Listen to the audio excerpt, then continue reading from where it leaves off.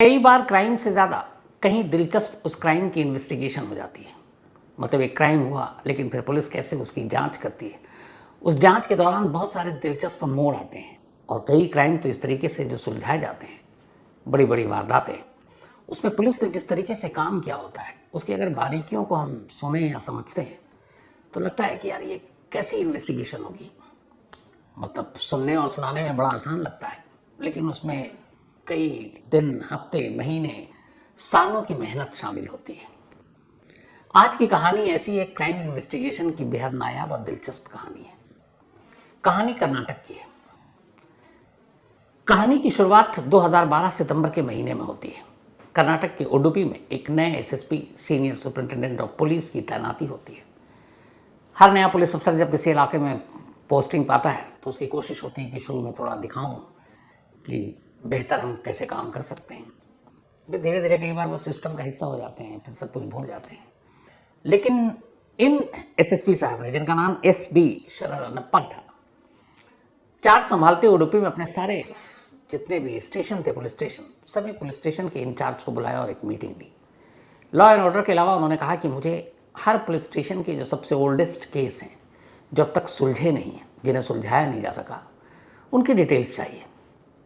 और हर पुलिस वालों का अब काम है, हर पुलिस स्टेशन के उनके जुरिसडिक्शन में, कि जो जो अनसॉल्व केसेस हैं उनको सुलझाना, और ये प्रायोरिटी होगी।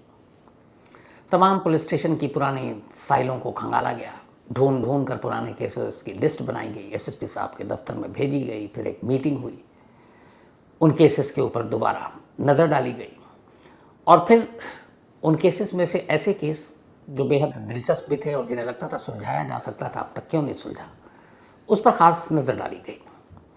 इत्तेफाक से उस वक्त उसी कर्नाटक के पुत्तूर पुलिस स्टेशन में एक नए नए इंस्पेक्टर की भी बहाली हुई थी। जैसे एसपी साहब आए थे, Suresh Kumar P in inspector साहब का नाम था।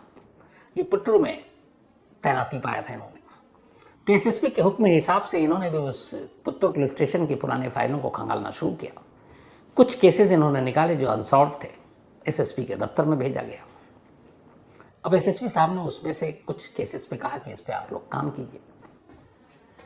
अब पी कुमार ने कई केसेस में जो सबसे पहला केस चुना वो 2012 में करीब 11 साल पुराना हो चुका था, यानी 2001 का एक केस था। असल में उन्होंने उस केस की कई बार स्टडी की, उस इंस्पेक्टर ने। स्टडी करने के बाद पूरा उस केस, जब ये हुआ था इंसिडेंट, तब भी जो पुलिस की टीम थी उसने बड़ा अच्छा काम किया था। कम से कम जांच के मामले में हर चीज रिकॉर्ड पर थी। तो उन्होंने केस को पढ़ना शुरू किया।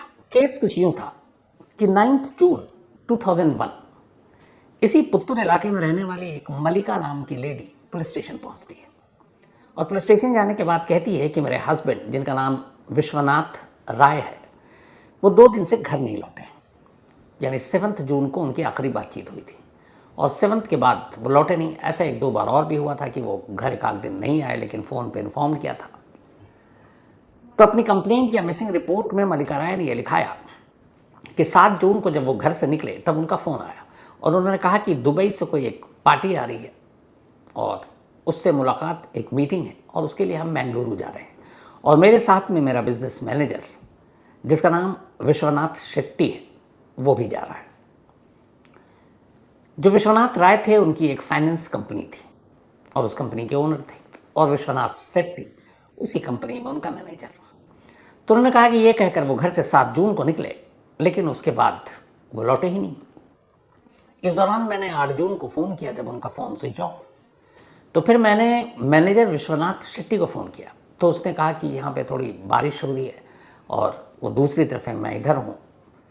बट जब भी मैं उससे कहूँ कि अच्छा ठीक है मेरी बात करा दो, तो वो फ़ोन कट कर देता था।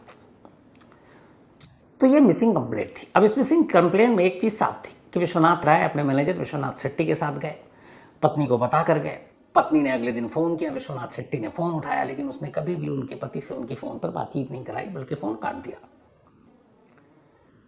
पुलिस ने इसके बाद मिसिंग कंप्लेंट लिखी, तफ्तीश शुरू की। इत्तेफाक से 2 दिन बाद 9 जून की ये कंप्लेंट थी, 11 जून की तारीख आ गई। 11 जून को एक दूसरे पुलिस स्टेशन के करीब एक लावारिस लाश मिलती है।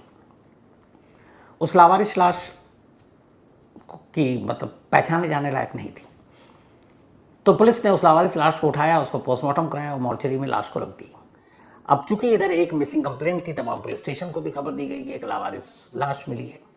तो जब पुट्टूर पुलिस स्टेशन को इस लावारिस लाश के बारे में जानकारी मिली तो वो उस पुलिस स्टेशन को कॉन्टेक्ट करती है और फिर मॉर्चरी जाती है।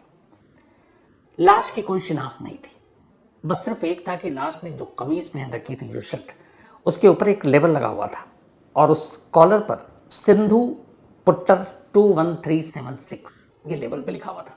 सिंधु पुट्टर 21376, बस यही था।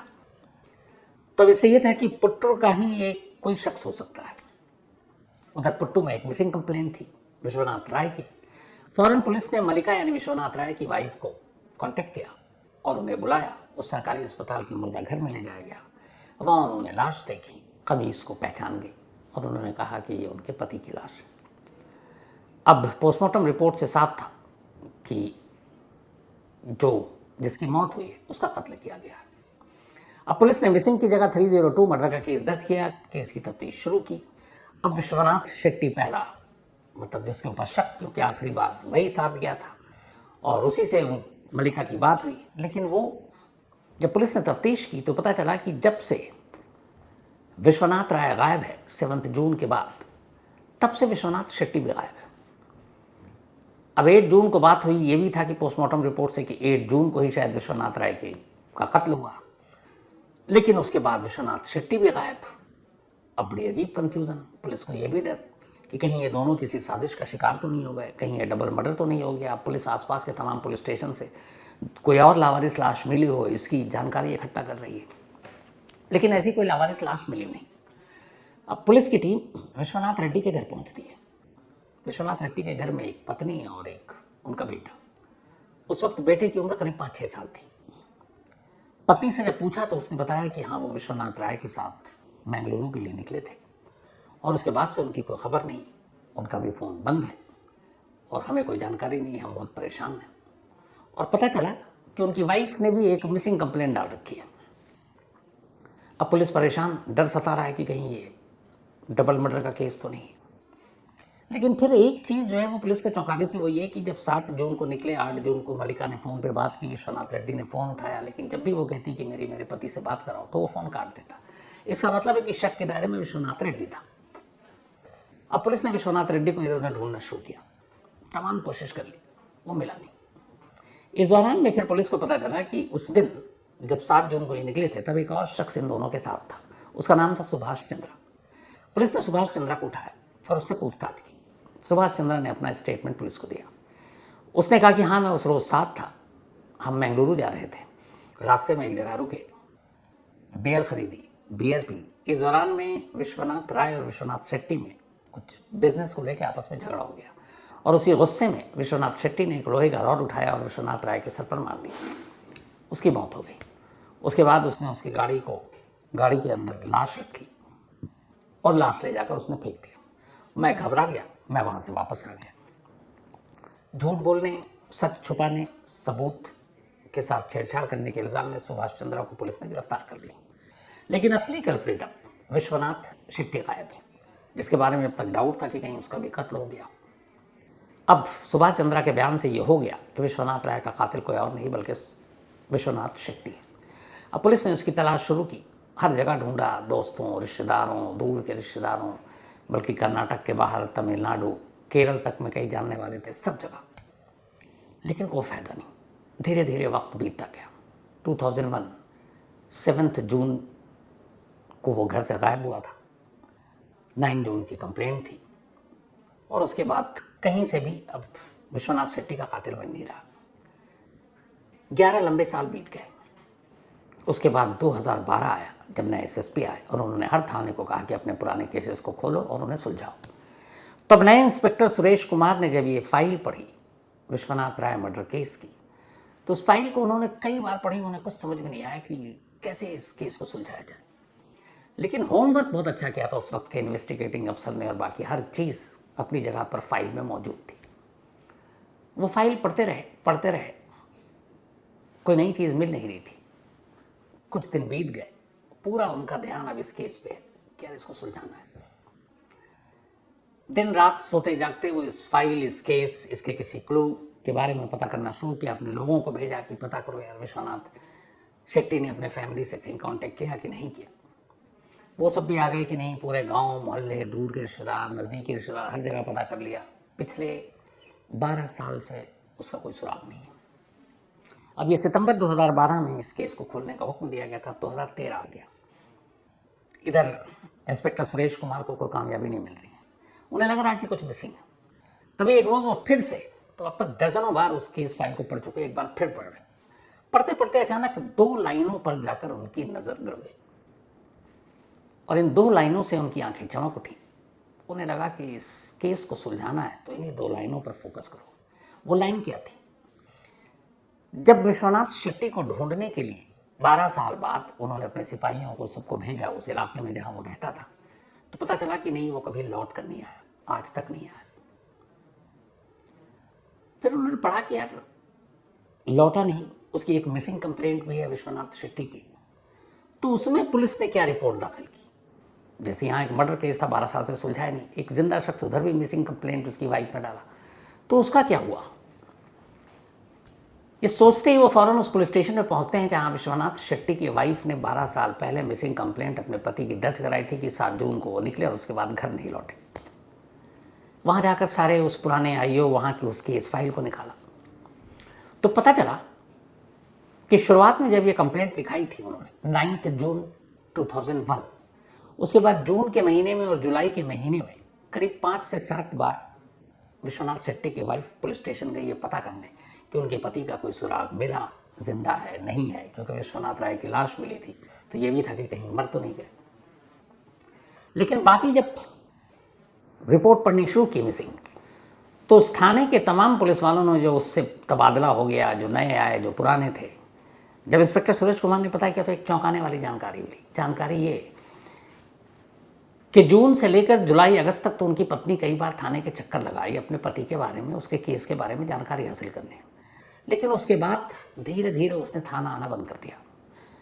पिछले 11-12 सालों में उसने कभी थाने में जाकर ये जानने की कोशिश नहीं की कि उसके पति का क्या हुआ, वो मिला, उसकी कोई खबर मिली, जिंदा है भी कि नहीं, कोई लाश तो नहीं मिली लावारिस। अब ये बात इंस्पेक्टर को थोड़ा सा अजीब लगा कि एक शख्स जो गायब है और उसकी पत्नी, 11-12 साल हो गए, कभी जाकर पता ही नहीं कर रही है पुलिस स्टेशन में कि मेरे पति की असलियत क्या, वो कहाँ है, जिंदा भी है कि नहीं। अब इसी एक लाइन पे सुरेश कुमार ने अपना सारा फोकस विश्वनाथ शेट्टी की वाइफ की तरफ घुमा दिया। पता चला कि विश्वनाथ शेट्टी जब से उनका पति गायब हुआ, पति चूँकि एक मैनेजर था फाइनेंस कंपनी में, तो वो अपने और अपने बच्चों को पालने के लिए उसने वहीं लोकल कोर्ट में एक कैंटीन में काम करना शुरू कर दिया था। कोर्ट के अंदर उसे एक कैंटीन मिल गई थी जिस कैंटीन को वो चलाती थी। तो उसकी पूरी रैकी शुरू की। अब विश्वनाथ शेट्टी की वाइफ के मोबाइल को पुलिस ने नंबर निकाला और उसके नंबर को अब ट्रैक करना शुरू किया, लेकिन कोई फायदा नहीं हुआ। पुलिस ने उन तमाम नंबरों को खंगाला, लेकिन ऐसा एक भी नंबर नहीं मिला जो लगे कि सस्पिशियस है और जिससे कभी बात होती हो और वो विश्वनाथ शेट्टी करता हो। पुलिस ने आस पड़ोस के लोगों से, रिश्तेदारों से भी पूछ लिया, किसी ने विश्वनाथ शेट्टी को इन 12 सालों में देखा ही नहीं। और ये घर में सिर्फ माँ और बेटे रहते थे। अब 12 साल के बाद बेटा भी करीब 17 साल का हो चुका था, बड़ा हो गया था। पुलिस ने कहा बेटे का भी मोबाइल को खंगालते हैं।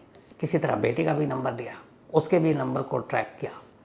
उसके मोबाइल से भी ऐसा एक भी नंबर नहीं मिला जो शक के दायरे में आता हो। अब इंस्पेक्टर सुरेश कुमार को लगा कि यार 12-13 साल के बाद भी हमारे हाथ खाली रह जाएंगे। फिर भी उन्होंने अपने 2 यंग कांस्टेबल को उस गांव में भेज दिया था जहां पे विश्वनाथ शेट्टी की बीवी और बेटे रहते थे कि तुम्हारा कोई काम नहीं है, तुम वहां जाओ और उन दोनों पे नज़र रखो, छोटी छोटी जानकारी इकट्ठा करो आस पड़ोस के लोगों से। अब दोनों यंग कांस्टेबल वहां गए। उन्होंने वहां के एक लोकल कांस्टेबल से दोस्ती कर ली, लोकल थाने के पुलिस से। अब उस कांस्टेबल के साथ कई हफ्ते उन्होंने गुजारे।